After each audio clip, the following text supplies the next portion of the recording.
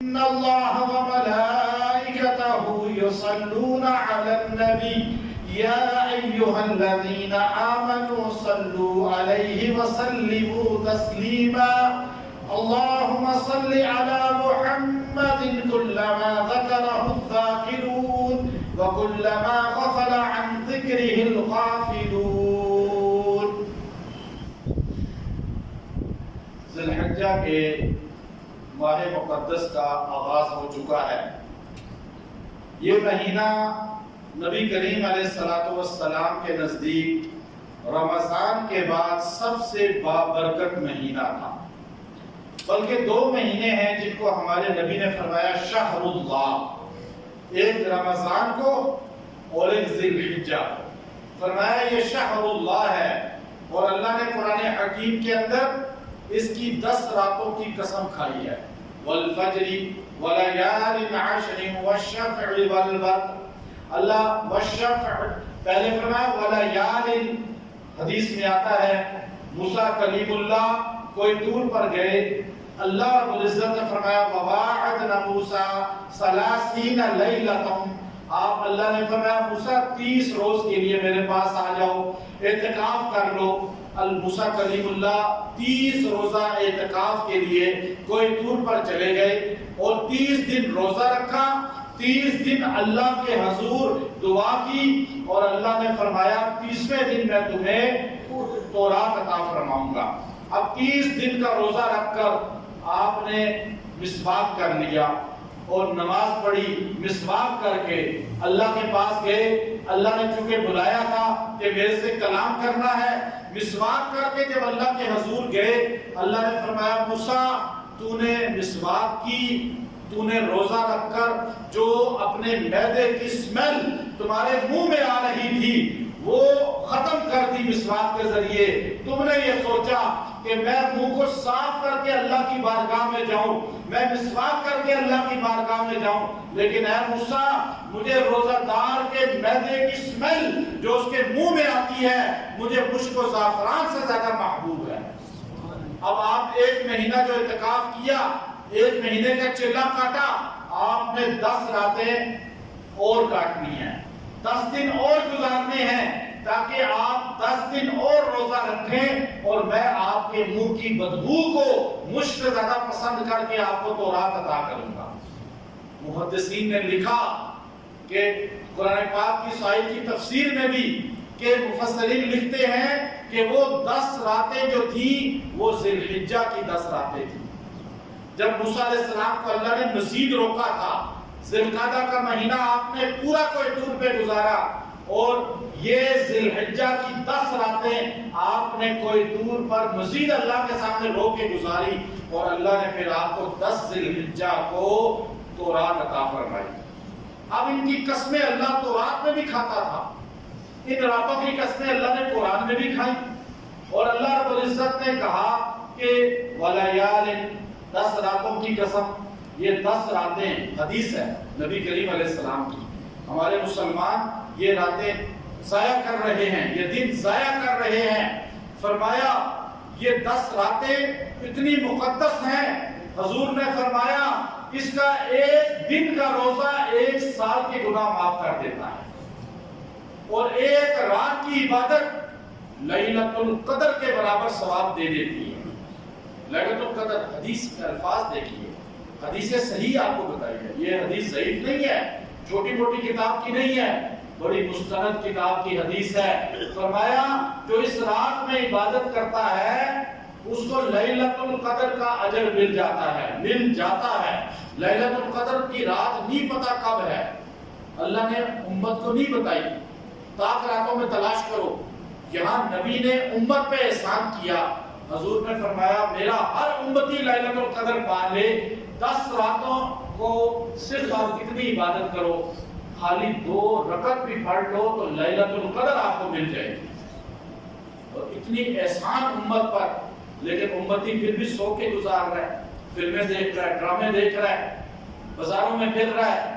اسے احساس نہیں ہے مرد عورتوں کو بخشنے کے لیے اللہ ایسے ایسے نادر موقع دے رہا ہے.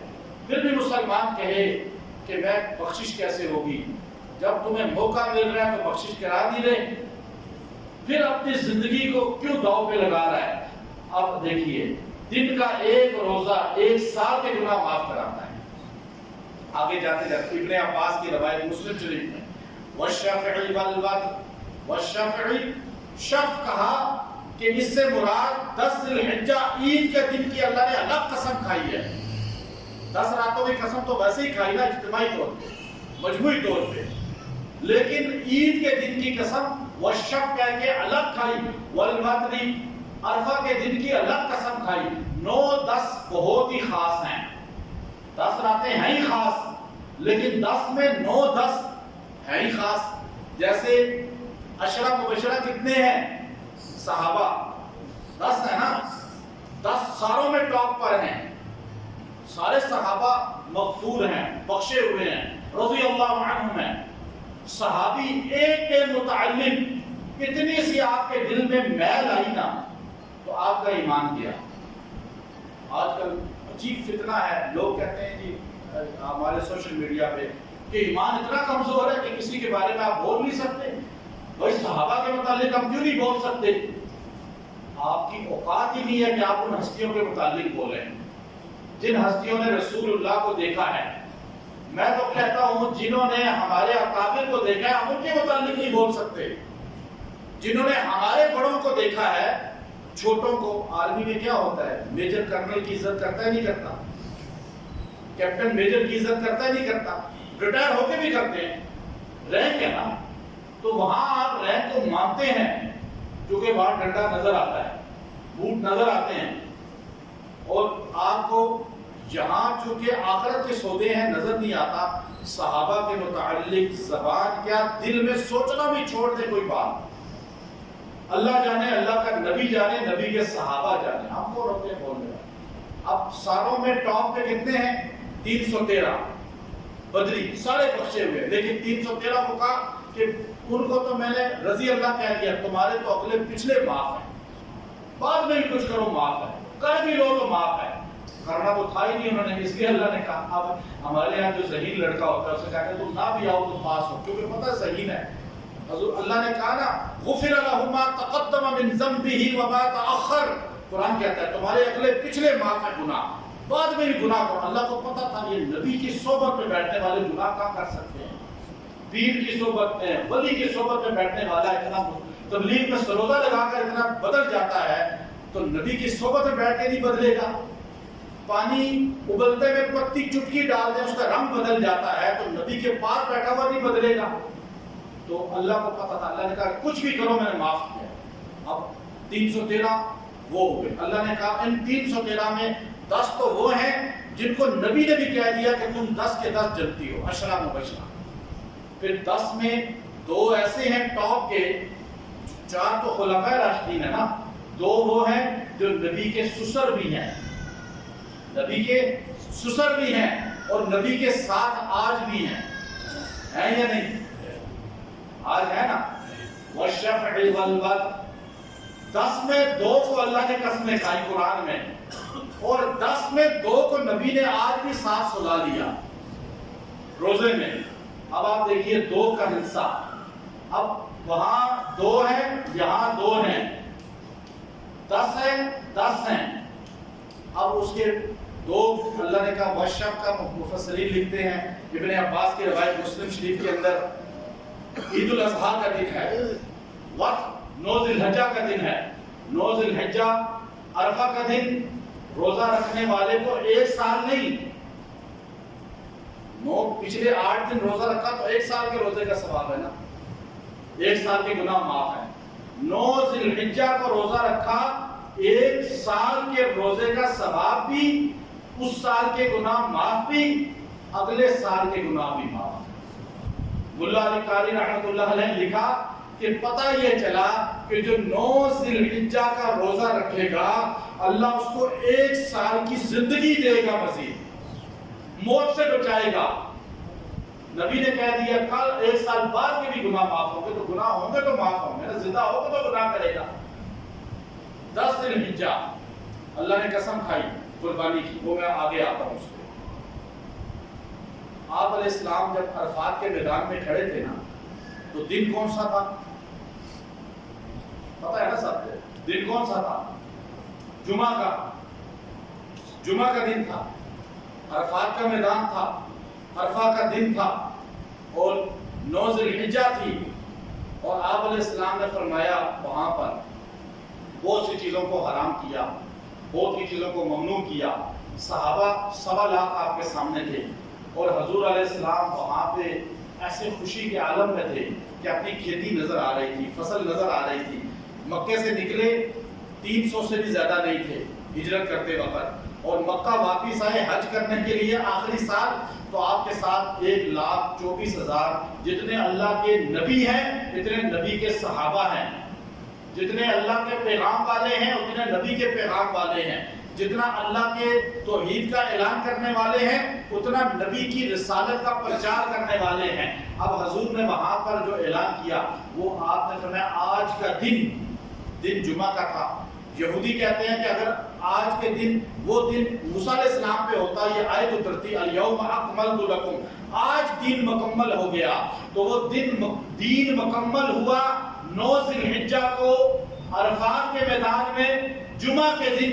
ہمیں ایک سعادت اور ملی کہ ہم پوری کائنات کی امتوں کی سردار بن گئے اور ہمارے نبی نبیوں کے سردار بن گئے، ہمارے نبی واحد جن پر دین مکمل ہوا، کسی نبی پر دین مکمل نہیں ہوا۔ یہ 9 ذی الحجہ کو اللہ نے کہا والوتر، تو اب جب جمعہ کا دن اور دین مکمل، پھر اللہ نے قسم ایک اور جگہ کھا لی۔ اللہ کو نبی سے محبت، نبی کو اللہ سے محبت، اللہ کو نبی کی ادا سے محبت۔ نبی جس دن آپ پہ دین مکمل ہوا، سورہ بروج کے اندر وَشَاهِدٍ وَمَشْهُودٍ، شاہد سے مراد وہ دن ابن عباس کی روایت مسلم شریف میں آپ نے فرمایا اس سے مراد جمعہ کا دن ہے، مشہود یوم عرفہ کا دن ہے۔ اللہ نے جمعہ کے دن کی بھی قسم کھا لی اور عرفہ کے دن کی بھی قسم کھا لی۔ اللہ نے کیا فرمایا آج کا دن بھی متبرک، آج کی تاریخ بھی متبرک، آج کا دن بھی عظمت والا، آج کی تاریخ بھی عظمت والی، اور جس نبی کو یہ دن ملا وہ نبی بھی عظمت والا، اور جس امت کو یہ دن اور یہ تاریخ ملی وہ امت بھی سارے بول رہے عظمت والی۔ اب آپ دیکھیے کہ میں نے اس پر وظیفے دیے ہیں، الگ ہیں ہمارے ان دنوں کے، وہ الگ ہے، میں ورنہ آپ کو اس میں بڑی خاص چیزیں میں نکال سکتا ہوں۔ اب آئے ہم والشفع والوتر کی طرف۔ وتر سے مراد 9 ذی الحجہ اور والشفع سے مراد عید الاضحیٰ۔ 10 ذی الحجہ تھا، ابراہیم علیہ السلام کو 1 ذی الحجہ سے خواب شروع ہو گئے، خوابوں کا سلسلہ شروع ہوتا ہے، اور آپ خواب میں دیکھتے ہیں جس بچے کو آپ نے اللہ سے مانگا 90 سال کی عمر تک، خواب تو آتے ہیں کہتے ہیں کہ میں نے وظیفہ پڑھا 40 دن ہو گئے کام نہیں ہوا۔ ہم تو وظیفہ کر کے چٹ پٹ کام کرانا چاہتے ہیں نا۔ ابھی جس نے جمعہ پڑھا وہ سوچے گا میں نے جو دعا کی ہے فوری قبول ہونی چاہیے۔ ابراہیم خلیل اللہ والد بندہ کتنے سال میں ہوتا ہے آپ خود سوچیں، 90 سال کی عمر تک اولاد سے محروم ہے، دینے پہ آئے 90 سال میں دے سکتا ہے، نہ دینے پہ آئے تو اپنے نبی کو 90 سال تک نہ دے۔ تو دینے والا کون ہے؟ داتا کون ہے؟ سنتا کون ہے؟ بندہ کچھ نہیں کر سکتا، سارے محتاج ہیں، نہ نبی نہ ولی نہ کوئی دنیا کا انسان یہ کہے کہ میں کر سکتا ہوں، وہ جھوٹا ہے، لعین ہے۔ کرنے والی ذات، فریاد سننے والی ذات، مشکلیں حل کرنے والی ذات، دینے والا، داتا، حاجت روا، مشکل کشا کون؟ اللہ۔ یہ عقیدہ قرآن بتاتا ہے۔ عید الاضحیٰ کے دنوں میں آپ اللہ کے حضور مانگتے رہے 90 سال میں اللہ نے فریاد سنی۔ جب بچے کی بشارت ہوتی ہے قالت یا ویلتا اتعجبین، قالت یا ویلتا اعلد وانا عجوز وهذا بعلی شیخا، جب بچے کی بشارت 3 فرشتے آ کر دیتے ہیں تو کہا اللہ تمہیں بیٹا دے گا، تو سارہ علیہ السلام ایک دم کہتی ہیں یا ویلتا، اے افسوس، اعلد مجھے بچہ ہوگا، وانا عجوز میں بھانج ہوں، وهذا بوڑھی ہوں، میں بوڑھی ہوں، وہذا بالی شیخا، اور یہ شیخ کبیر ہو چکا ہے، میں عجوز ہو چکی ہوں۔ اب آپ نے یہ کہا، انہوں نے کہا پریشان کیوں ہوتی ہیں، اللہ دے گا، اللہ کے دربار میں کمی نہیں ہے. اب بچہ ہوا، حاجرہ علیہ السلام کا بیٹا ہوا اسماعیل علیہ السلام، اور ان کے بیٹے ہوئے اسحاق علیہ السلام. اسماعیل علیہ السلام 90 سال کی عمر میں ملے. اب اللہ نے کہا چھوڑ آؤ صحرا میں. اب وہ پورا واقعہ ہے، بچہ پیدا ہوتا ہے، دودھ پینے والا کتنا اچھا لگتا ہے، بڑھاپے کا بچہ کتنا اچھا لگے گا. اب وہ ہمارے نبی کو بھی بڑھاپے میں اللہ نے ابراہیم علیہ السلام عطا کیے، وہی سیم آپ کی اللہ نے ابراہیم علیہ السلام بھی لے لیے، اسماعیل علیہ السلام بھی مانگ لیے. وہاں پر مانگے لیے نہیں، یہاں پر لے بھی لیے. اس لیے حبیب اللہ کا منصب خلیل اللہ سے زیادہ ہے، حبیب اللہ کا مقام خلیل اللہ سے زیادہ ہے، اللہ سے تعلق حبیب اللہ کا زیادہ ہے، کیونکہ وہاں قربانی مانگی لی نہیں، یہاں بیٹا 18 مہینے کا لے لیا. اب آپ دیکھیے اسماعیل علیہ السلام کو کہا چھوڑ ہے صحرا میں، چھوڑ آئے، بیوی کو بھی اتارا ہے. اب بھی پوچھا یا اللہ ان کا بنے گا کیا، کھائیں گے کدھر سے؟ اللہ کا حکم ہے جب یقین ہو بندے کا. اب وہ چھوڑ کر آئے، وہ پورا واقعہ، بچہ چلنے پھرنے لگا. اب قرآن کہتا ہے سورہ صافات، قرآن کہتا ہے وقال انی ذاہب الی رب سیہدین.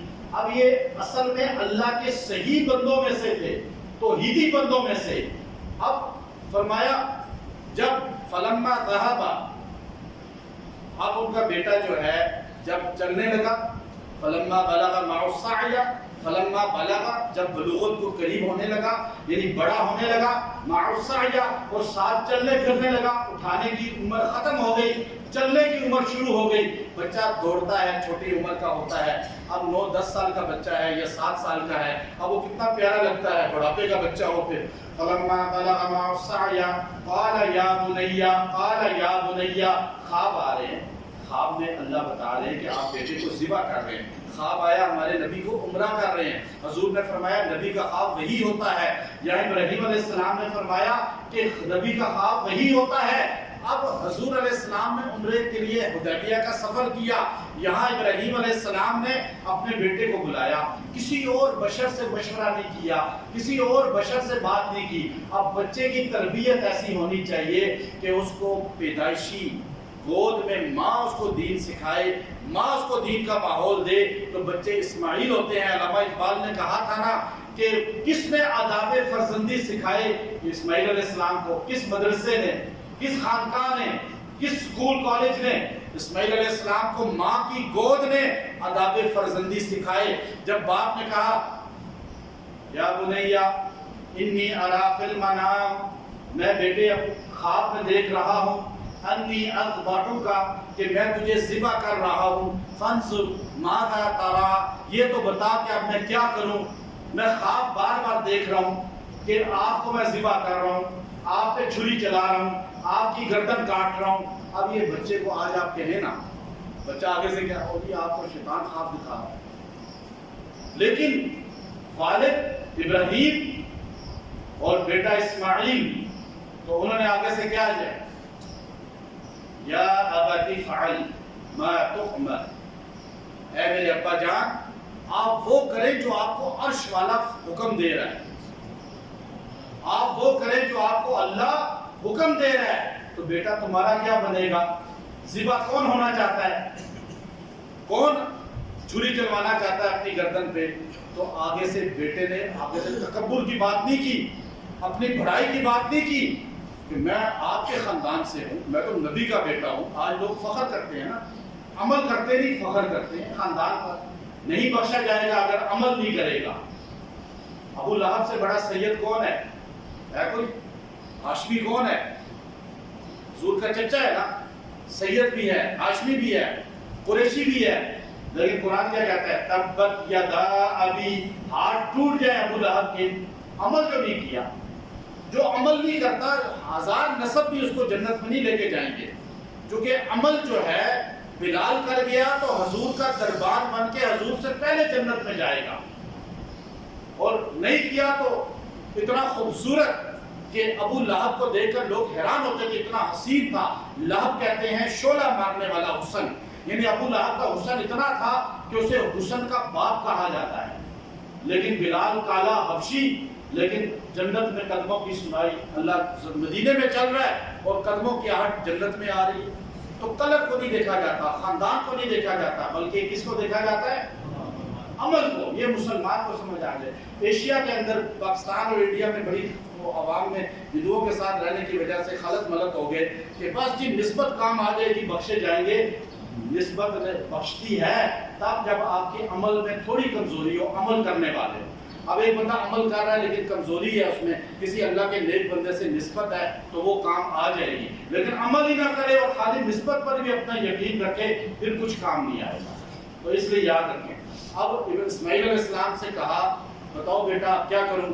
یا اباتی، پہلے ادب سے کہا اے ابا جان افعل، وہ کریں ما تؤمر، جو آپ کو وہ حکم دے رہا ہے، ستجدنی انشاءاللہ من الصابرین، اے ابا جان آپ مجھے انشاءاللہ، اللہ نے چاہا تو صبر کرنے والا پائیں گے۔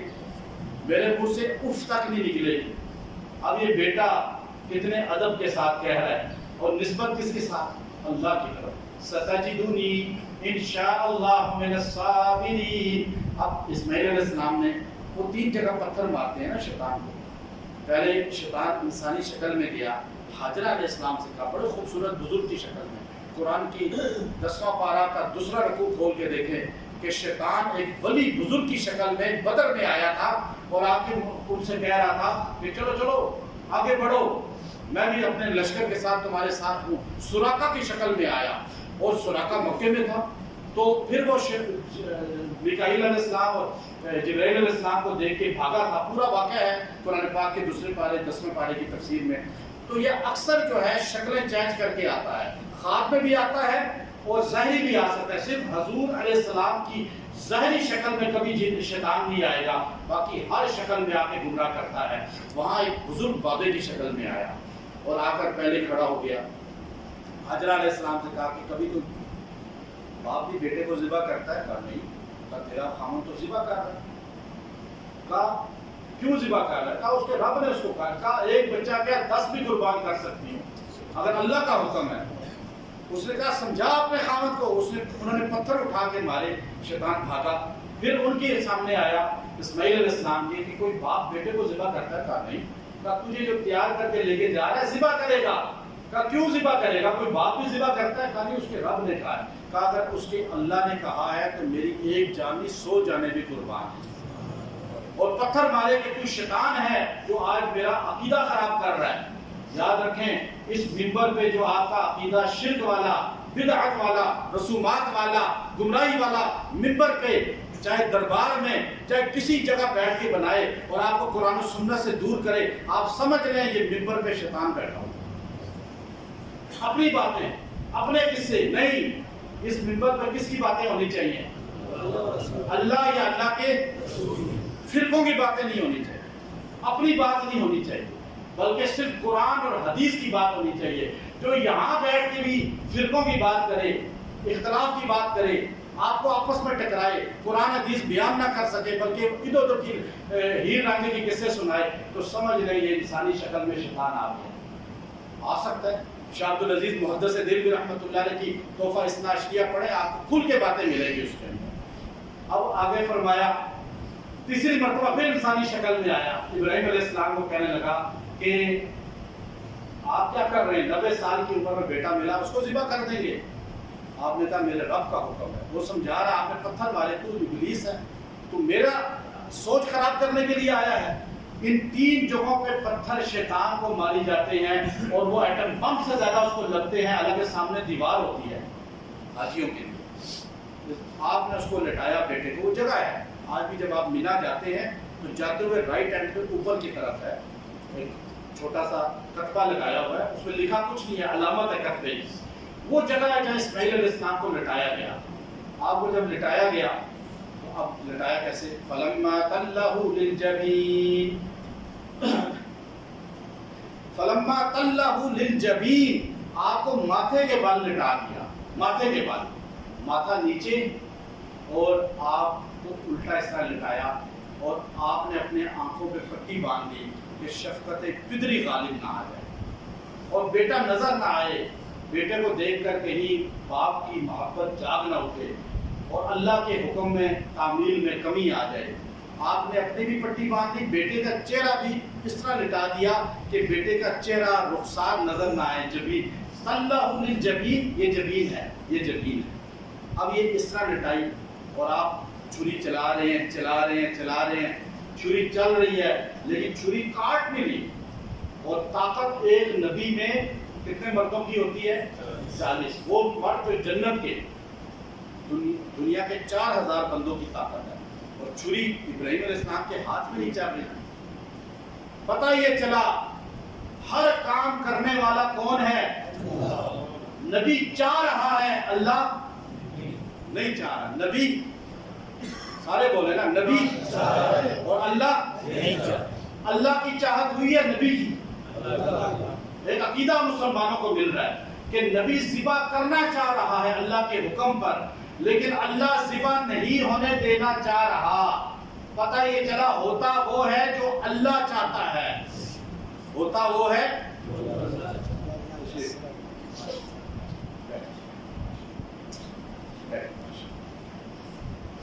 ہوتا وہ ہے جو اللہ چاہتا ہے۔ اب مجھے ایک چیز بتائیں، دو عقیدے سنیت کے مضبوط ہو گئے۔ ایک قصہ ایک نہر سے آپ کو میں بتا رہا ہوں، سارے بتائیے گا۔ پہلا، جو اللہ چاہتا ہے وہی ہوتا ہے، بندہ لاکھ چاہے اللہ نہ چاہے تو کچھ نہیں ہوتا۔ میں کچھ کر سکتا ہوں، مجھے پھونک مارے کہ بیڑا پار ہو جائے گا، نہیں ہو سکتا۔ میری پھونک سے کیا، میں لاکھ چاہوں نہیں کچھ ہو سکتا جب تک یہ عقیدہ مسلمان بنا لے۔ آج مسلمان یہ سمجھتا ہے کہ بس جی آپ بس ایک نظر کرتے میرا بیڑا پار، نظر سے ہوتا ہے لیکن اللہ چاہے تو، اللہ چاہے تو، ورنہ نہیں ہوتا۔ یہ عقیدہ مضبوط کریں۔ دوسرا عقیدہ، علم غیب اللہ کے علاوہ، عالم الغیب فلا یظہر علی غیبہ احدا الا من ارتضی بالرسول۔ ہاں، اللہ جتنا چاہے اپنے نبیوں کو دے، اپنا ولیوں کو دے، اپنے کسی کو بھی دے سکتا ہے، اللہ دیتا ہے۔ کائنات میں اللہ کے پاس سب سے زیادہ علم غیب اپنے نبی کو دیا ہے۔ یہ مسلمانوں کا بنیادی عقیدہ ہے۔ نبی کو سب نبیوں سے زیادہ ملا ہے، ولیوں کو بھی ملتا ہے علم غیب، لیکن اللہ جتنا دیتا ہے۔ ہمارا عقیدہ ہے سنیوں کا کہ ولی بھی علم غیب کی خبریں دیتے ہیں، کتب بھی دیتے ہیں، غوث بھی دیتے ہیں، نبی بھی دیتے ہیں، لیکن کل علم غیب کس کے پاس ہے؟ اللہ۔ اس کے لیے واقع ابراہیمی، حضرت ریاض سے آئے ہوئے، قادسیہ مسجد ریاض کے خطیب ہے، جمعہ پڑھاتے ہیں۔ میں ایک بڑی اہم بات آپ کو بتا رہا ہوں، علم غیب کلی اس لیے اس عقیدہ یہاں سے بنا۔ آپ بتائیں، اگر آپ یہ کہتے ہیں کہ نبیوں کو سب علم غیب ہوتا ہے، تو ابراہیم علیہ السلام کو پتا تھا کہ بچہ ذبح نہیں ہوگا، میں خالی چھری چلاؤں گا۔ پتا تھا اگر تو چھری چلانا ایکٹنگ ہوتی ہے نا، پھر نعوذ باللہ آپ کہہ سکتے ہیں ایک بندہ ڈرامے میں گولی چلتی ہے، پتہ ہی نہیں مرے گا، وہ نقلی پستول ہوتی ہے، یہ ہوتا ہی نہیں ہوتا۔ ابراہیم علیہ السلام کو پتا تھا کہ ذبح نہیں ہوگا بچہ، بتائیں پتا تھا؟ آپ ذبح کرنا چاہتے تھے لیکن اللہ کو پتا تھا ذبح نہیں ہوگا، تو پتہ یہ چلا کہ کل علم غیب کس کے پاس ہے؟ ابراہیم علیہ السلام کو سرٹیفکیٹ اسی لیے ملا کہ اللہ نے فرمایا فلما تلہ للجبین، آپ ماتھے کے بل لٹا دیا، آپ چھری چلا رہے، چھری نہیں چل رہی، اور اس وقت آپ نے جب چھری چلی اور آپ کے ہاتھ پہ خون گرا اور آپ نے پٹی ہٹائی تو ایک دم دیکھا کہ مینڈھا ذبح تھا، جنت سے آیا ہوا دمبا ذبح ہو گیا، اور اسماعیل علیہ السلام کھڑے مسکرا رہے تھے، اور اس وقت جبرائیل علیہ السلام نے فرمایا سلام علی ابراہیم، اے ابراہیم اللہ آپ کو سلام کہہ رہا ہے، قد صدقت الرؤیا انا کذالک نجزی المحسنین، آپ نے اپنا خواب سچا کر دکھایا اور آپ میرے محسنین بندوں میں سے۔ تو پتہ یہ چلا، میں اتنی بات پہ ختم کرتا ہوں، اللہ تعالی ہمیں ابراہیم علیہ السلام کی سنت ادا کرنے کی توفیق عطا فرمائے، اور یاد رکھے قربانی ہر بندے پہ جو صاحب نصاب ہے اس پہ لازم ہے۔ لوگ قربانی میں ڈنڈی مار جاتے ہیں، بیوی کے پاس زیور ہوتا ہے وہ قربانی نہیں دیتی کہ میرا خامن نہیں دے رہا، حالانکہ اس پہ الگ واجب ہے یہ، اور خامن اپنی الگ دے، بیوی الگ دے، بھائی صاحب نصاب ہے وہ الگ دیں۔ انشاءاللہ اگلے جمعہ ہم اس پر مزید بات کریں گے۔ آج صرف قربانی کی بات کی۔ اللہ تعالی ہمیں خلت ابراہیمی اور ملت ابراہیمی اور طریقہ ابراہیمی پر صحیح چلنے کی توفیق عطا فرمائے، اور ہم قربانی کا مقصد کیا ہے کہ اپنے جو ہے انا کو قربان کرنا، اپنی میں کو قربان کرنا، اپنی محبوب چیز کو قربان کرنا۔ جب تک ہم اللہ کے لیے، اللہ کے رسول کے لیے اپنی محبوب چیز قربان نہیں کریں گے ہم مومن صادق نہیں ہوں گے۔ اللہ ہمیں عمل کی توفیق عطا فرمائے۔ وآخر دعوانا ان الحمد للہ رب العالمین۔ انشاءاللہ حضرت تشریف لائے ہیں، ابھی بیٹھیں گے تو چند منٹ کی گفتگو سنتوں کے بعد آپ سے کر لیں گے، ساتھ ہی خطبہ 3-4 منٹ کی گفتگو کر کے خطبہ بھی دیں گے انشاءاللہ، اور ساتھ ہی جو ہے نماز کی امامت بھی کرائیں گے۔ ہمارے لیے بڑی سعادت کی بات ہے، یہ بڑی محبت فرماتے ہیں، اور جب بھی آتے ہیں میرے لیے کوئی نہ کوئی چوگا تحفہ لے کر آتے ہیں۔ ابھی یہ وہاں سے تحفہ لے کر آئے اور مجھے انہوں نے تحفہ عطا کیا، تو میں نے پہلے جمعے میں ہی اس کو اس لیے پہن لیا۔ یہ اکثر مجھے یہ چیزیں تحفہ لے آتے ہیں محبت میں جب پاکستان آتے ہیں۔ یہ محبت جو ہے یہ انسان کو جب اللہ کے لیے ہوتی ہے تو اللہ تعالیٰ اس میں محبت میں ایسا اضافہ کرتے ہیں کہ قیامت کے دن عرش کے سائے میں انسان کو جمع کرتے ہیں۔ اور اگر ذاتی مفادات کے لیے ہوگی، آج ہماری غرض و غائب کے لیے محبتیں ہوتی ہیں، جس کی وجہ سے ہمارے ہاں محبت دائمی نہیں ہوتی، بلکہ پیٹھ پیچھے وہ محبت جو ہے غیبت کا حصہ بن جاتی ہے۔ تو جس سے بھی محبت ہو تو آپ برملا اظہار کریں، اور اگر آپ محبت نہیں ہے تو پھر اس کے سامنے محبت کرنا اور پیٹھ پیچھے جو ہے اس کی غیبت کرنا یہ منافقت ہوتی ہے۔ تو ایسے مخلص لوگ ملنا اس دور میں کہ ہر انسان کو ایسے مخلص مل جائیں، اللہ سے دعا کرے۔ وآخر دعوانا الحمدللہ رب العالمین۔